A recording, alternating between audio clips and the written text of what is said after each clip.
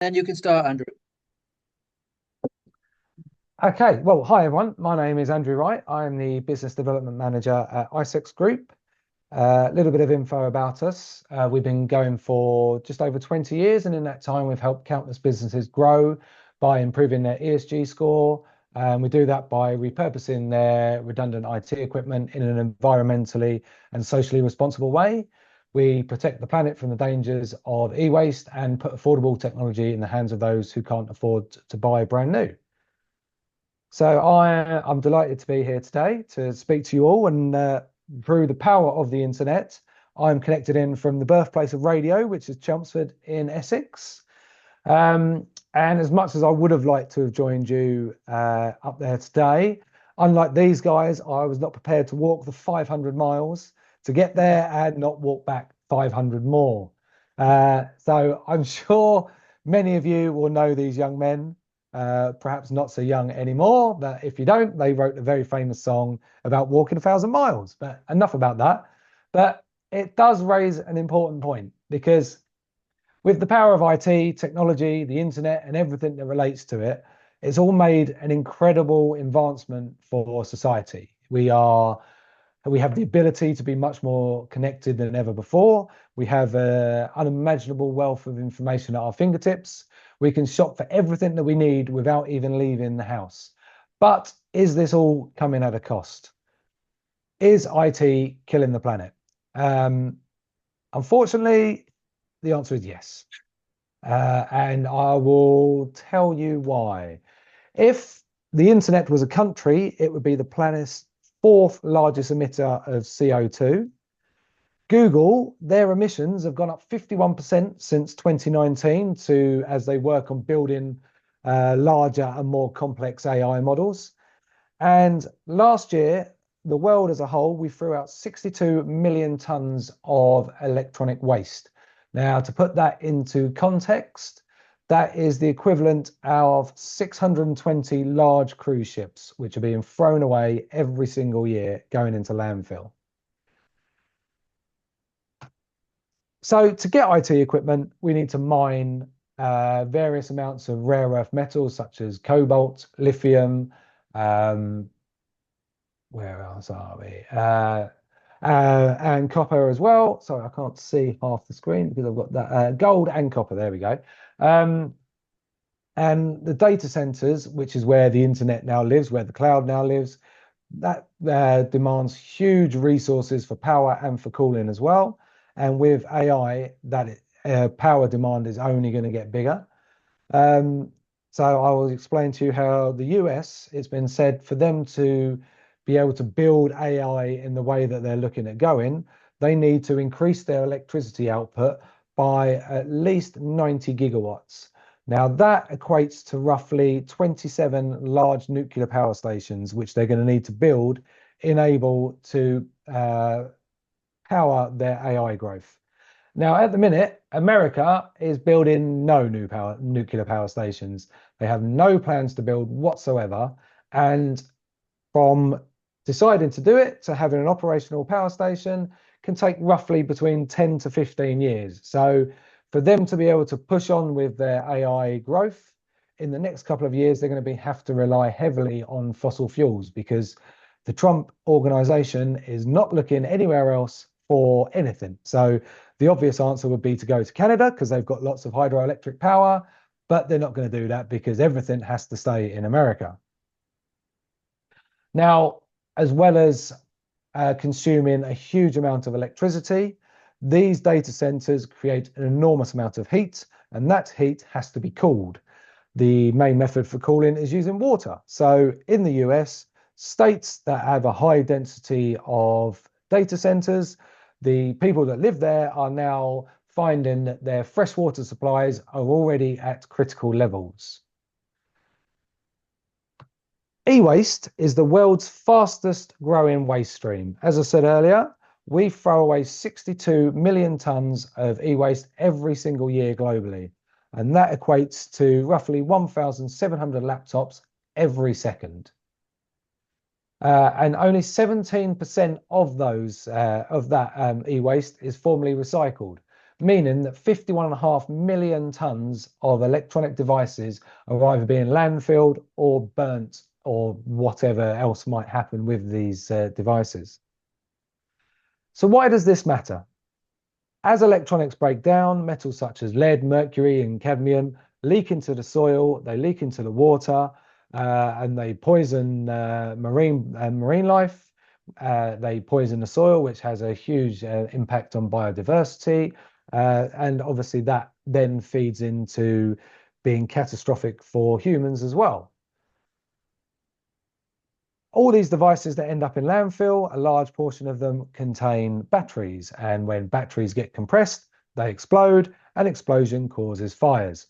Fires in landfills burn plastics, releasing carcinogens into the atmosphere, and all of this toxic gas gets spread out. And in developing countries, a lot of conurbations are built next to these huge, great big landfills. So when the toxic gas gets into the air, it's very quickly breathed in by humans.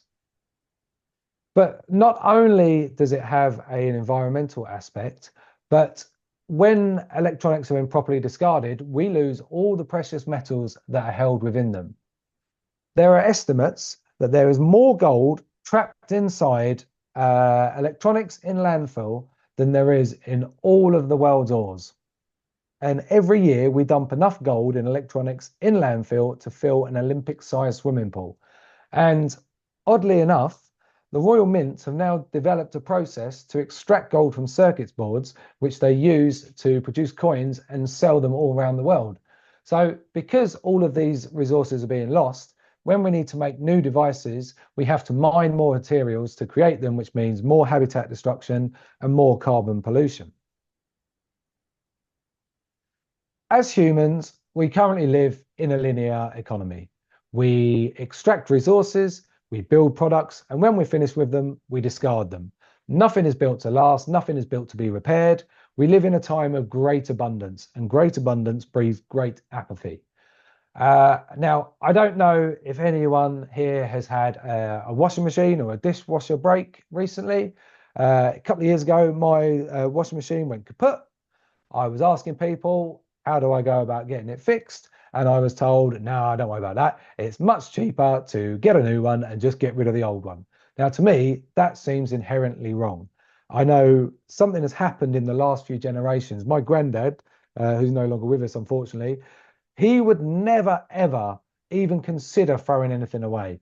If something broke, he fixed it. If something couldn't be fixed back to its previous life, it would be adapted to serve a new purpose. Everything was reusable and everything had a role. But now, for some reason, we've got to the point where if something breaks, we just discard it and get something new. So when I tell people what I do, I normally start off by saying I recycle IT equipment. It's generally the term that people understand, but then as a caveat, I have to follow it up by saying, well, actually, recycling is the last thing we want to do. What we want to do is reuse because that's much better for the environment. But if I was to open these conversations with, I'm a circular economist, or we extend the life cycles of redundant IT equipment, I'm pretty sure people would rapidly lose interest, their eyes would gloss over, and they'd go away and speak to someone else. But the circular economy, if I was in the room with you now, I'd probably all ask how many people are aware of it. But as I'm not, I'll just plow on. The circular economy has 4 principles, and they are use less, use longer, use again, and make clean. Now, use less means how we design our products. We do it to use as little raw materials as possible. We make use of sustainable alternatives where we can, and this comes both in design and when we're packaging our products. Step 2 is use longer. There's 2 strands to this one. Firstly, we need to design products to stand the test of time. So not just making electronic devices that become obsolete in 6 months after release, but also making it easy and cost effective to repair so that if they do break, they're not just destined for the bin. Step 3 is use again. We've seen great strides in this with the likes of eBay, Facebook Marketplace and Vinted, where people are finding new homes for stuff they don't need with other people. But At ICEX, we specialize in putting affordable technology in the hands of those who can't afford to buy brand new.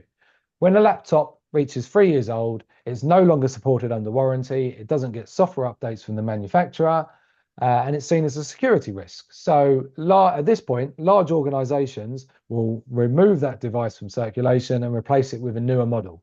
But does that mean that that laptop is no longer any good? Now, I'll go back to when I was a younger man. When I was at school, all of my coursework, all of my homework, all of my schoolwork was with a pen on a piece of paper, reading out of textbooks.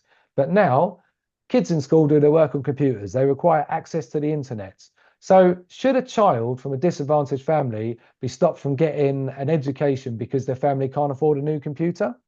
We put affordable technology in the hands of those who need it so they can have the chance at a decent education to improve their lives. And when working devices are resold as secondhand, society as a whole benefits. But on top of that, buying a first laptop will save approximately of CO2 over buying brand new.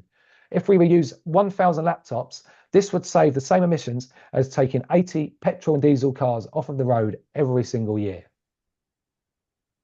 Step 4 is make clean. This is the final part of the puzzle and where recycling comes into it. If the device can no longer be used, it can't be repaired, only then does it get recycled. But recycled in a way where nothing is wasted. This means stripping everything down to its constituent parts to be smelted down to turn back into new products. Now, I want you all to take a moment to look at this image. I would place money on every single one here having a drawer at home that looks maybe not exactly like this, but at some level like this, that's filled with old devices that we just don't know what to do with. And this drawer has a name. It is called the Drawer of Doom. It is where electronics go to die. But why do we have it? We have no problem selling our clothes on Vinted. We have no problem trading in a car for a new one. We have no problem selling furniture on Facebook Marketplace or vinyl and CDs on a website called Discogs. But why don't we get rid of our phones or our old laptops or our old tablet? And the reason for this is data. Our devices hold all the keys to our lives within them. Passwords, credit card details, account numbers, names, addresses, photos of your children. It's all on there. And the trouble is that no one knows what to do with it. So it's sitting in a drawer, gathering dust. All those resources that could be being used in new devices are taking up space in our homes. So how do we go about destroying data? The first option, we could chuck it in a hard drive shredder, which will grind it up into tiny little pieces. But then all it's good for is recycling. It's much better to digitally erase, so the hard drive can then be used again without having any sensitive information being left on it. At ICEX Group, we use a piece of software called Blanco. It is an incredibly robust piece of software. It's used by government agencies and military organizations all over the world. And there is a rumor flying around that they have put out a challenge to anyone who can find a piece of data on a hard drive that's been wiped with their software. They will give them $1 million. And as far as I'm aware, they haven't had to pay out a single dime yet. So how do we become more circular? We do a lot of work within the circular economy with electronics, and we've got plenty of experiences in that. So for businesses, the key point is to choose an ITAD that is committed to reuse and zero to landfill policies. For government, it involves stronger right to repair regulations and cracking down on the manufacturers who are building products which aren't there built to last. And then for individuals, it's keeping devices for longer, repairing when possible, and choosing a refurbished device over brand new if you don't need the brand new device. So I will go back to the question posed by this seminar. Is IT killing the planet? Unfortunately, the answer is still yes, but for now, but for the future, by adopting a circular approach to the way we create, consume, and dispose of electronics, we can put an end to the damage that the IT industry is doing. And I want you to remember the most sustainable device is the one that already exists. So if anyone has any questions they would like to ask me outside of this, or if you have a business which has some IT equipment that you'd like to be repurposed, or if it can't be repurposed, responsibly recycled, then feel free to drop me an email, or you can scan the QR code to add me on LinkedIn. So thank you very much for listening.